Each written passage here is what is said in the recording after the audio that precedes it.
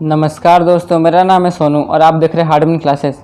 मेरे चैनल पर आप सभी का स्वागत है। आज मैं आपको त्रिभुज और चतुर्भुज का जो क्षेत्रफल जो चैप्टर है इसका मैं आपको पार्ट 2 करवाने वाला हूं, तो प्लीज़ वीडियो को अंत तक ज़रूर देखिएगा।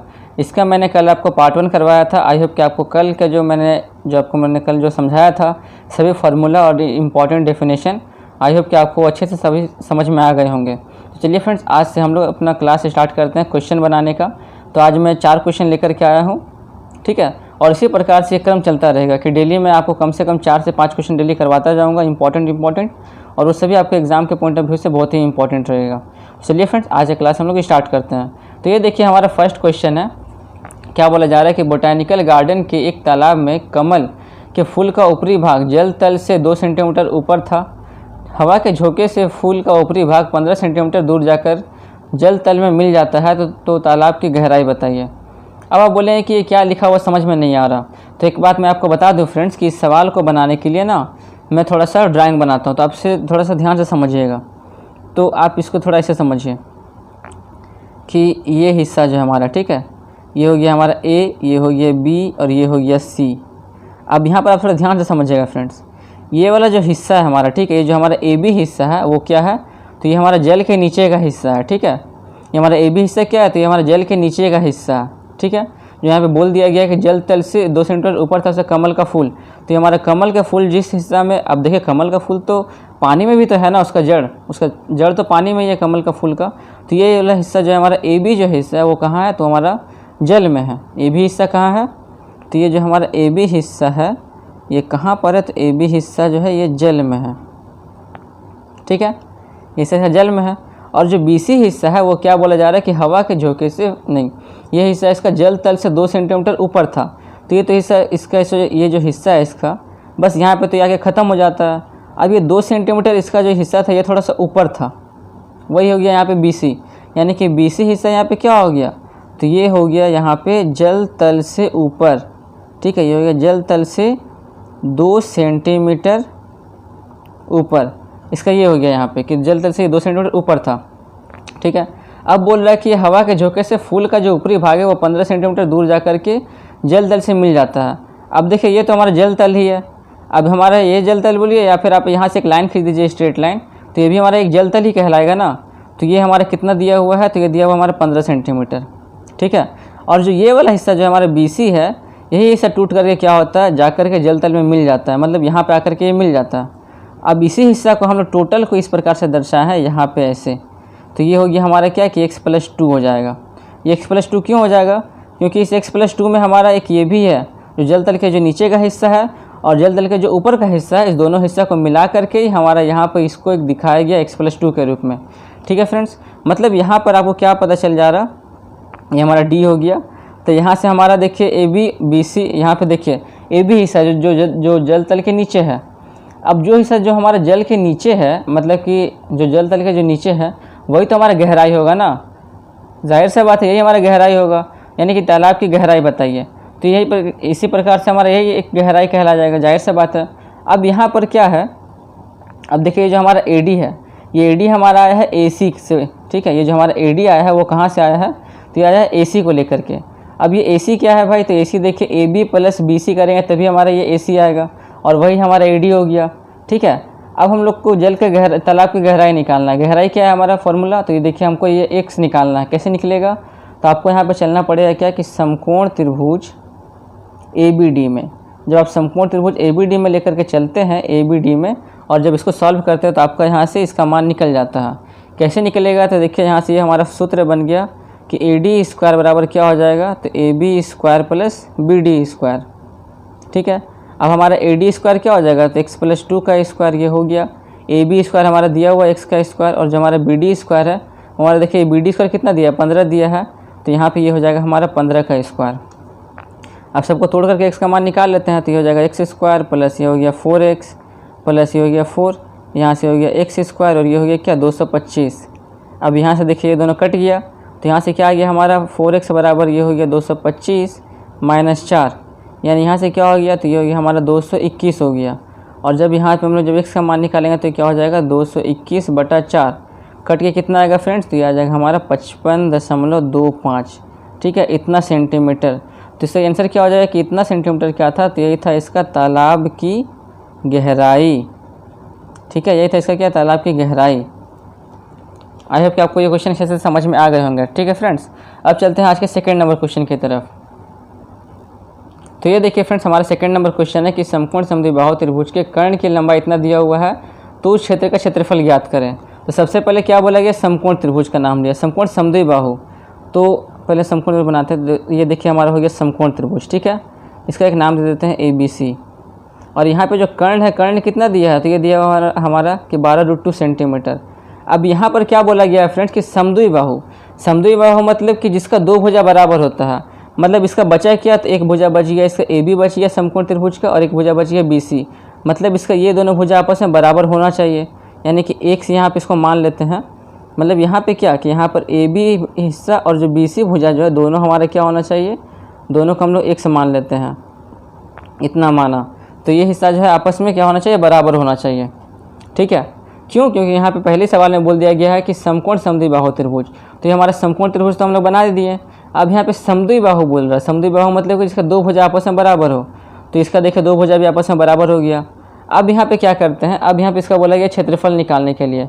अब मैंने आपको इसका क्षेत्रफल का फॉर्मूला बताया था ना, क्या होता है त्रिभुज के क्षेत्रफल का फॉर्मूला, हाफ इंटू आधार गुना ऊंचाई, यानी आधार गुना ऊंचाई। अब हमको तो यही दोनों तो पता ही नहीं है, तो कैसे निकालेंगे फ्रेंड्स। तो सबसे पहले आप इसका कर्ण निकाल दीजिए। जैसे कर्ण कैसे निकलेगा, तो पिथागोरस का प्रमेय से। और यही तो हमारे पिथागोरस का प्रमेय है ना कि ट्रायंगल ABC में। तो यहाँ पर जब आप चलेंगे पिथागोरस का प्रमेय में, पिथागोरस के प्रमेय से, ठीक है, जब आप यहाँ से चलेंगे तो आपको यहाँ पे क्या निकल करके आएगा, AC स्क्वायर बराबर हो जाएगा क्या, AB square plus BC square. ठीक है, मतलब ये कि यहाँ पर हमारा हो जाएगा क्या कि 12√2 का स्क्वायर, मतलब सॉरी, यहाँ पर आपको ये पता ही नहीं है। ठीक है, आपको यहाँ पे तो इसका मान निकालना है। तो ये हमारा क्या हो जाएगा AC स्क्वायर, और यहाँ पे हो जाएगा x स्क्वायर प्लस ये हो जाएगा x स्क्वायर। मतलब क्या हो गया, तो ये हो गया हमारा 2x स्क्वायर। तो यहाँ से हमारा ये AC क्या हो जाएगा, ये हो जाएगा √2x स्क्वायर।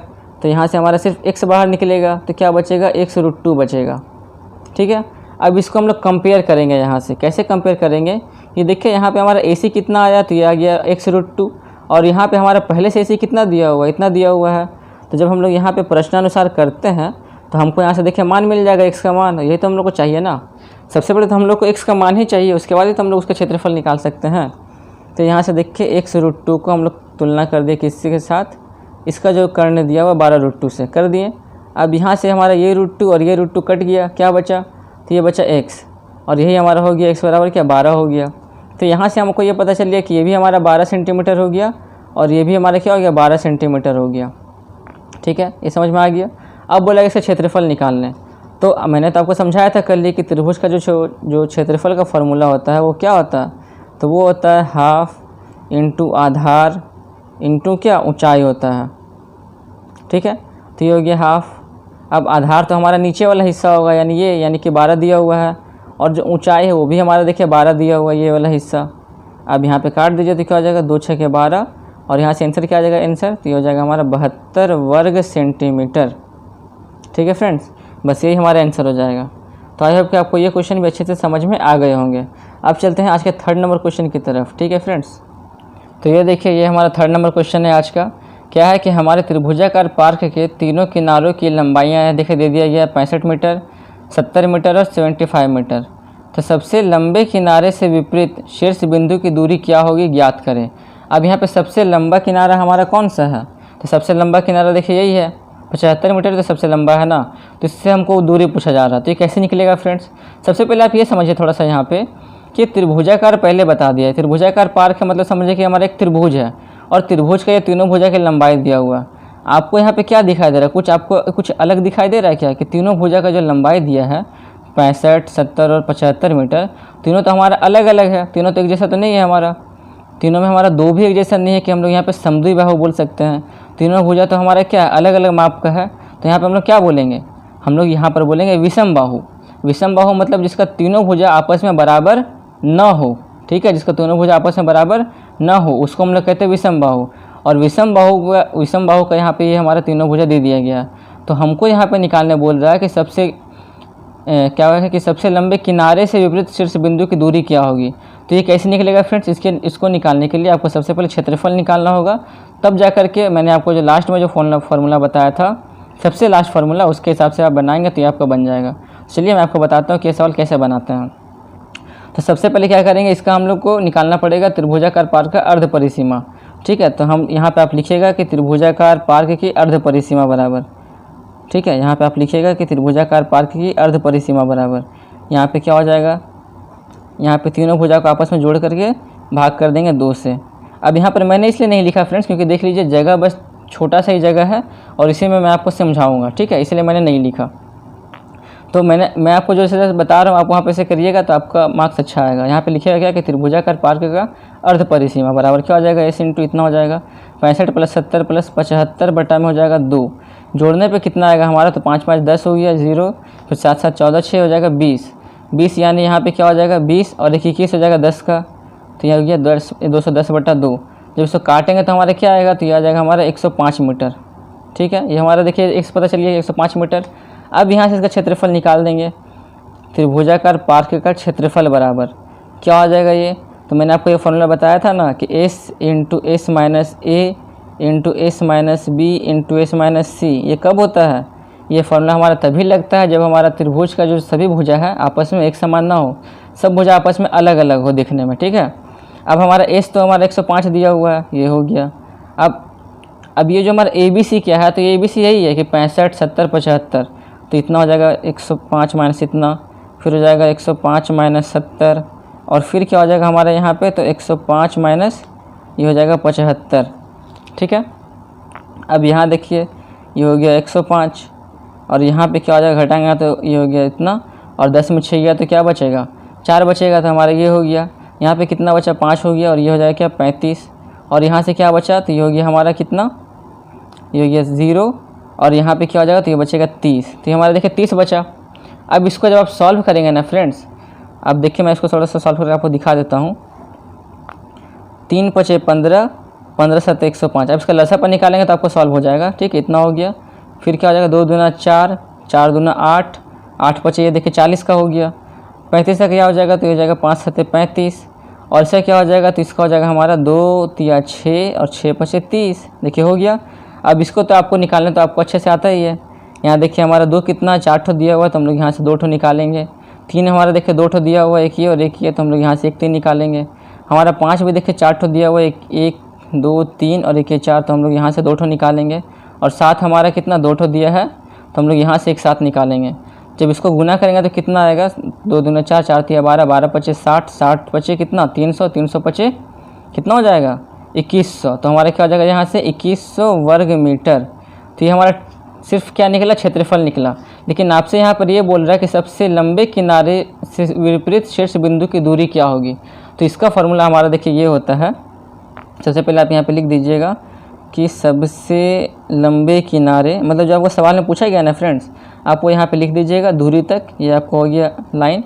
और उसके बाद फिर आपका देखिए इसका फॉर्मूला ये होता है कि 2 गुना पार्क का क्षेत्रफल, मतलब कि हमारा जो क्षेत्रफल आया वो यहाँ पे हो गया 2 गुना पार्क का क्षेत्रफल, और बटा में हो जाएगा क्या कि सबसे लंबा जो दूरी दिया हुआ था कि सबसे लंबे किनारे की लंबाई।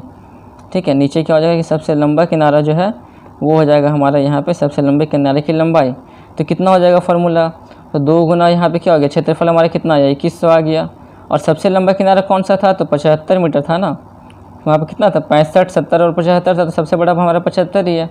अब यहाँ पे देखिए जब काटेंगे तो इससे हमारा ये कट जाए कितने बार में, 2 बार में कटेगा, और ये 3 बार में ये हमारा कट जाएगा कितना, 8 बार में कट जाएगा, तो ये 28 बार में। ठीक है, तो यहाँ से जब गुना करेंगे तो हमारा क्या आ जाएगा, 28 दूना 56 मीटर। ठीक है, तो ये देखिए हमारा हो गया आंसर इसका। तो आई होप फ्रेंड्स कि आपको ये क्वेश्चन भी बहुत अच्छे से समझ में आ गए होंगे। अब चलते हैं आज के लास्ट सवाल की तरफ। तो ये देखिए फ्रेंड्स हमारा चौथा नंबर सवाल है। क्या बोला जा रहा है कि मैं और सूजा जो त्रिभुज बनाएंगे जिनकी लंबाई दिया हुआ, जिनकी ऊंचाई का अनुपात दिया है 3:4, और इन त्रिभुजों के जो क्षेत्रफल का अनुपात है वो दिया हुआ है 4:3, तो दोनों त्रिभुजों के आधारों का अनुपात क्या होगा। चलिए मैं आपको बताता हूँ कैसे बनेगा।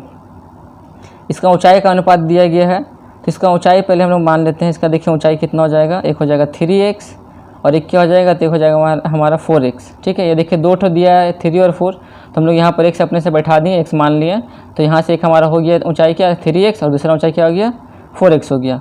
अब उसी प्रकार से हम लोग यहाँ पे आधार भी मान लेते हैं। तो एक आधार हमारा हो गया a और दूसरा आधार क्या हो जाएगा, तो b हो जाएगा। मतलब कि जो हमारा 3x जिसका ऊंचाई है उसका आधार हो गया हमारा a और जिसका ऊंचाई हमारा 4x है उसका ऊंचाई क्या हो गया, हमारा b हो गया। अब इसका हमारा क्षेत्रफल का ये अनुपात दिया हुआ है, मतलब कि हमको यहाँ से क्षेत्रफल निकालना होगा और उसको फिर इसके अनुपात के हिसाब से बराबर करना होगा, तभी हमारा ये आधार निकल सकता है। चलिए मैं आपको दिखाता हूँ कैसे होगा। तो यहाँ पर आपको दोनों त्रिभुजों का जो क्षेत्रफल है उसका आपको यहाँ पे अनुपात निकालना पड़ेगा, तभी तो ये हो पाएगा ना। तो क्या हो जाएगा कि दोनों त्रिभुजों का क्षेत्रफल का अनुपात बराबर, ठीक है, दोनों त्रिभुजों का क्षेत्रफल का अनुपात बराबर।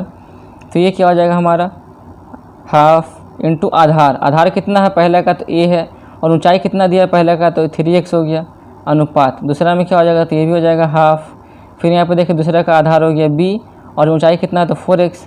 अब यहाँ से हमारे ये हाफ हाफ कट गया, यहाँ से देखिए x भी हमारा कट गया, तो क्या बचा, सिर्फ हमारा यहाँ बच रहा 3a और यहाँ बच रहा 4b, यही बच रहा। ये हमारा क्या, ये हमारा क्षेत्रफल का अनुपात दिया हुआ है और यही सवाल में हमारा दिया 4:3। तो बस उसी के मतलब उसी को यहाँ पे आपस में बराबर करना होगा, यानी कि 3a बटा में 4b और यहाँ से क्या हो जाएगा, तो हो जाएगा 4/3 हो जाएगा। ठीक है, देख लीजिए इस प्रकार से ये हो जाएगा। अब यहाँ से आप a और b निकाल सकते हैं आराम से। कैसे निकलेगा, तो देख लीजिए ध्यान से कैसे निकल जाएगा। यहाँ पे जब यहाँ पर हम a/b रहने देंगे, सिंपल सा कुछ नहीं करेंगे, इस 3 को हम लोग बस यहाँ पे गुना कर देंगे, तो क्या हो जाएगा, ये हमारा 9 हो जाएगा। इस 4 को बस इधर भेज देंगे तो क्या हो जाएगा, ये हमारा 16 हो जाएगा। और हम लोग कुछ नहीं किए हैं, सिर्फ क्या किए, इस 3 को हम लोग इधर भेज दिए और इस 4 को सिर्फ उधर भेज दिए और किसी को कुछ छेड़छाड़ नहीं किए हैं, इसलिए देखिए हमारा क्या हो गया, 16 हो गया और ये हमारा 9 हो गया। कह सकते हैं इस हिसाब से हम लोग ये कह सकते हैं ना कि a/b बराबर क्या हो जाएगा, 16:9। मतलब कि a हमारा क्या है, a हमारा हो गया 16, ठीक है, और b हमारा क्या होगा, तो b हो गया हमारा 9। मतलब क्या कि हमारा जो पहला आधार था वो हमारा हो गया 16 इकाई और जो दूसरा आधार है वो हमारा हो गया 9। तो ये हो गया हमारा क्या आंसर हो गया। ठीक है, कितना हो गया हमारा आंसर, तो ये हो गया 16:9।